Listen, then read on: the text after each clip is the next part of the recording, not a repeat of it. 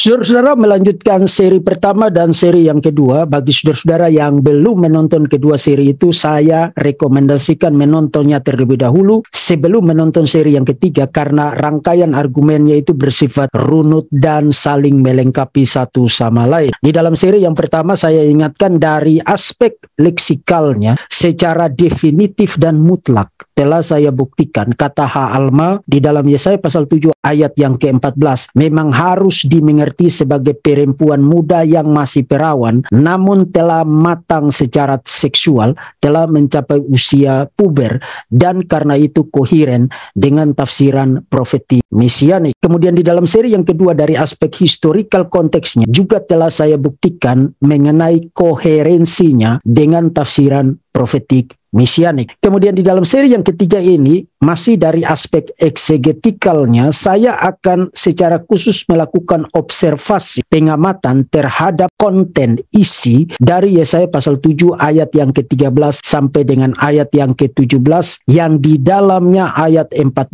berada. Banyak orang gagal melihat nubuat profetik mesianik jangka panjang di ayat 13 sampai dengan ayat yang ke-15. Saya tidak akan bacakan teks ini karena terkondisi dengan isi ayat 16 dan ayat 17 yang menurut mereka ayat 16 merupakan kontinuasi dari ayat 15, dan karena itu ayat 13 sampai dengan ayat 17 bicara tentang nubuat yang satu dan sama. Nah, karena ayat 16-17 bicara tentang Ahaz, maka tidak mungkin ayat 13 sampai 15 bicara tentang sebuah nubuat mesianik yang penggenapannya bersifat jangka panjang. Di dalam presentasi dan observasi ini saya akan buktikan saudara tidak harus berkesimpulan demikian. Tafsiran nubuat mesianik tetap mendapatkan legitimasinya dari konten ayat 13 sampai dengan ayat yang ke-15. Saudara, kegagalan melihat nubuat mesianik itu terjadi karena orang gagal melihat ada dua nubuat yang berbeda di dalam ayat 13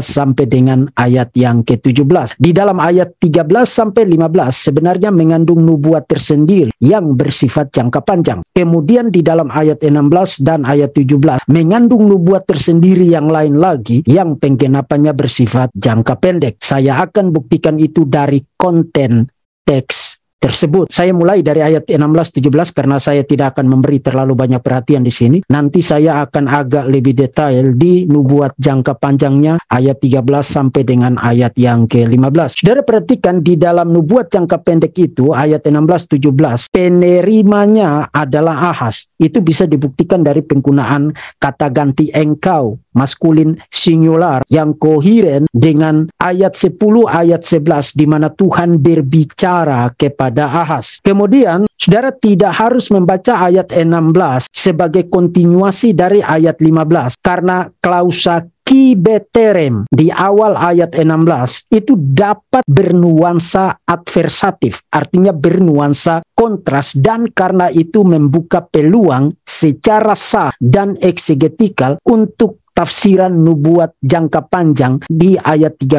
sampai dengan ayat 15. Sekali lagi karena saya tidak akan berargumentasi panjang lebar di sini, maka saya hanya akan merekomendasikan sebuah referensi, sebuah artikel jurnal berjudul Isaiah and Ahaz, A Brief History of Crisis in Isaiah 7 and 8. Itu saudara bisa baca argumen untuk nuansa adversatif itu di dalam referensi tersebut. Singkatnya, di dalam ayat 16-17, Tuhan menubuatkan untuk jangka pendek bahwa sebelum anak dari Raja Ahaz yang sudah disebutkan di pasal 7 ayat yang ketiga, Shear-Yashub, sebelum Shear-Yashub dapat membedakan yang jahat dan yang baik, aliansi Raja Aram dan Raja Israel yang mengancam eksistensi dari Raja Ahaz dan Yehuda secara umum, aliansi itu telah ditaklukkan oleh Raja Tiglat-Pileser, Raja Asyur, dan itu backgroundnya saudara bisa baca di dalam 2 Raja-Raja pasal 15 dan pasal 16. Jadi ayat 16, ayat 17 memang bicara tentang situasi Ahaz, sebuah nubuat jangka pendek yang akan terjadi tidak kurang dari 2 tahun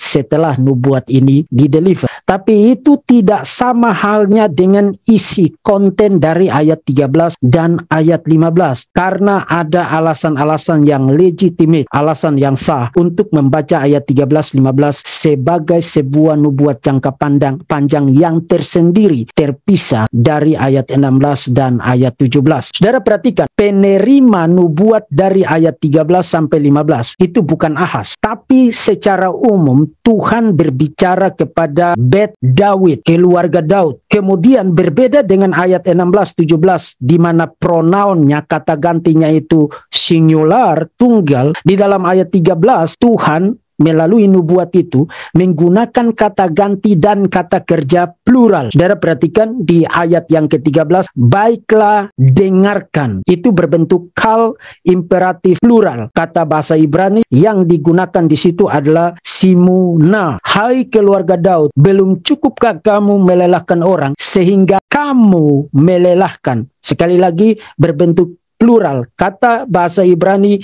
yang digunakan adalah talu, verb hipil imperfect maskulin plural. Jadi berbeda penerima nubuat ini di dalam ayat yang ke-13-14 dengan ayat 16 dan ayat yang ke-17. Kemudian di dalam ayat yang ke-14, sebab itu Tuhan sendirilah yang akan memberikan kepadamu, di dalam bahasa Ibraninya lakhem, preposition suffix second maskulin plural. Berbeda dengan di ayat yang ke-16 itu kata kamu di situ berbentuk singular merujuk kepada Ahaz. Di sini kata mu, kepadamu itu berbentuk plural dan itu koheren dengan adresnya kepada keluarga Daud. Sebab itu Tuhan sendirilah yang akan memberikan kepadamu, plural, suatu pertanda. Sesungguhnya seorang perempuan muda mengandung dan akan melahirkan seorang anak laki-laki dan ia akan menamakan dia Immanuel. Jadi dari segi peralihan kata ganti dan verbnya itu kita harus berkesimpulan ayat 13-15 membentuk sebuah nubuat tersendiri, ayat 16-17 membentuk sebuah nubuat tersendiri. Kemudian itu dari segi penerimanya. Sekarang perempuan muda, perawan yang dirujuk di situ adalah perempuan yang spesifik. Nah, di dalam terjemahan bahasa Indonesianya, sesungguhnya seorang perempuan muda itu adalah terjemahan yang kurang akurat karena kata bahasa Ibraninya menggunakan definite artikel, menggunakan kata sandang tertentu. Ha-alma, de virgin. Jadi di ayat ini perempuan muda itu bukan perempuan muda yang mana saja, tapi perempuan muda yang spesifik. Dan di dalam konteksnya perempuan muda itu berasal dari Bet Daud, dari keluarga Daud. Artinya nanti kalau Quran di kemudian hari mengindikasikan bahwa Maria ibunya Isa itu berasal dari keluarga imam, garis keturunan imam, itu semakin membuktikan Quran telah melenceng dari nubuat ini. Karena Maria yang nanti digenapi di dalam kehidupan Maria, Maria itu berasal dari keturunan Daud menurut konten dari nubuat ini. Nah, mari kita perhatikan nama dari anak itu Immanuel. Nah, para polemikus Muslim termasuk juga Tovia Singer, para penganut Rabbinic Judaism itu keberatan terhadap tafsiran profetik mesianik karena menurut mereka bahkan di dalam konteks dari Matius sendiri, anak itu tidak dikasih nama Immanuel, anak itu dikasih nama Yesus. Dan karena itu tidak cocok dengan Yesaya pasal 7 ayat yang ke-14. Termasuk para polemikus Muslim berargumentasi bahwa kalaupun anak itu dikasih nama Immanuel, itu tidak berarti bahwa identitas, status dari anak itu adalah identitas dan status yang bersifat ilahi. Misalnya Elkana itu memuat kata El di situ, Allah di situ, tapi tidak berarti Elkana adalah Allah. Elkana berarti God has purchased, Allah telah membeli dia. Argumen-argumen itu gagal. Gagal karena apa? Pertama, ia akan menamakan dia Immanuel memang tidak dimaksudkan sebagai sebuah nama diri, melainkan sebuah deskriptif throne title, sebuah gelar yang bersifat deskriptif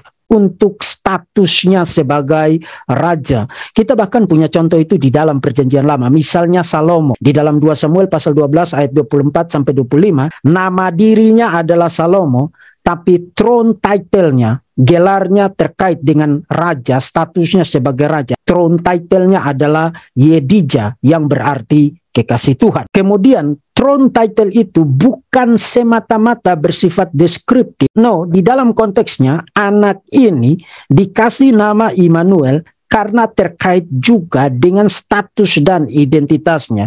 Dari mana kita tahu? Kalau saudara baca terus sampai di pasal 8, anak yang sama, Immanuel, itu diadres, dibicarakan sebagai pemilik dari Yehuda. Di pasal 8 ayat yang ke-8, serta menerobos masuk ke Yehuda, ibarat banjir yang meluap-luap hingga sampai ke leher, dan sayap-sayapnya yang dikembangkan akan menutup seantero negerimu, ya Immanuel. Jadi anak itu dibicarakan sebagai the owner, pemilik dari Yehuda. Siapa pemilik dari Yehuda? Yahweh. Dan bukan hanya itu, saudara baca terus sampai di pasal 9, ayat yang ke-6, anak yang sama mendapatkan sejumlah throne titles yang lain yang bersifat deskriptif, dan dua di antaranya itu mengindikasikan status dan identitasnya sebagai Yahweh sendiri. Anak itu disebut sebagai El Gibor, Allah yang perkasa.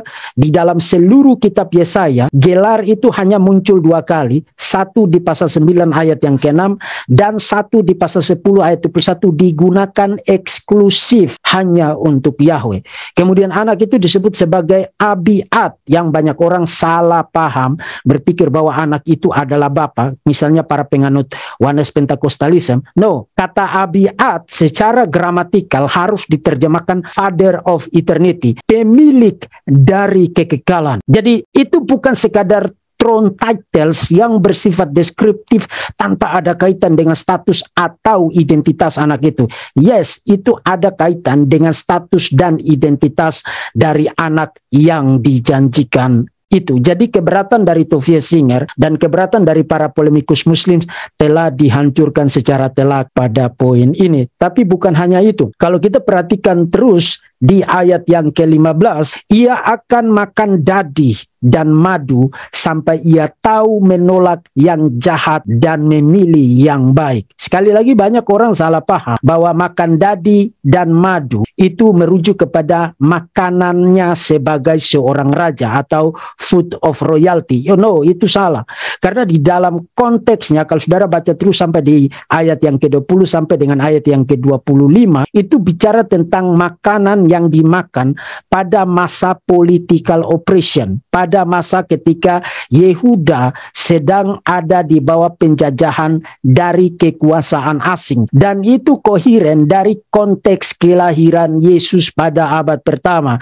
Seluruh negeri Israel sedang berada di bawah penjajahan dan opresi dari kekaisaran Romawi. Sampai di sini, saudara-saudara, observasi terkait dengan konten dari Yesaya pasal 7 ayat 13 sampai 17 mengindikasikan ada dua nubuat yang berbeda. Nubuat jangka panjang terdapat di dalam ayat 13 sampai dengan 15, dan itu kohiren dengan penggenapannya yang dirujuk di dalam Matius pasal yang pertama, dan nubuat jangka panjang ayat 16-17 yang kohiren dengan situasi Ahaz yang terjadi pada masa itu. Nah, kesimpulan dari pengamatan ini bukan hanya konsisten dengan keseluruhan argumen saya di dalam seri yang pertama, argumen leksikal, dan seri yang kedua, argumen menurut konteks historikalnya, tetapi juga akan dikonfirmasi lebih lanjut dan lebih kuat lagi di dalam argumen-argumen saya pada seri-seri berikutnya, argumen terkait dengan konteks literernya, dan kemudian saya akan akhiri dengan argumen terakhir saya dari segi intertekstualitasnya. Jadi silakan nantikan seri-seri berikutnya. Sampai di sini terus-menerus saya buktikan Yesaya pasal 7 ayat 13 sampai dengan ayat 15 adalah nubuat profetik yang bersifat jangka panjang yang nanti penggenapannya terjadi pada masa Yesus, kelahirannya dari seorang anak darah, yaitu Maria, pada abad pertama. Nah, sampai di sini saudara-saudara, bagi saudara-saudara yang merasa diberkati dengan pelayanan Verbum Veritatis dan berniat untuk ikut ambil bagian dalam pekerjaan Tuhan di STT Rai Batam, silakan mengecek kotak deskripsi. Terutama saat ini kami sedang bergumul untuk menyelesaikan penambahan kelas. Bagi saudara yang ingin ambil bagian, berapapun yang saudara persembahkan, itu akan sangat membantu, dan mari kita bersama-sama melayani Tuhan. Kami juga terus membawa saudara di dalam doa-doa kami tiap-tiap saat. Tuhan memberkati dan sampai jumpa dalam seri-seri berikutnya. Salam.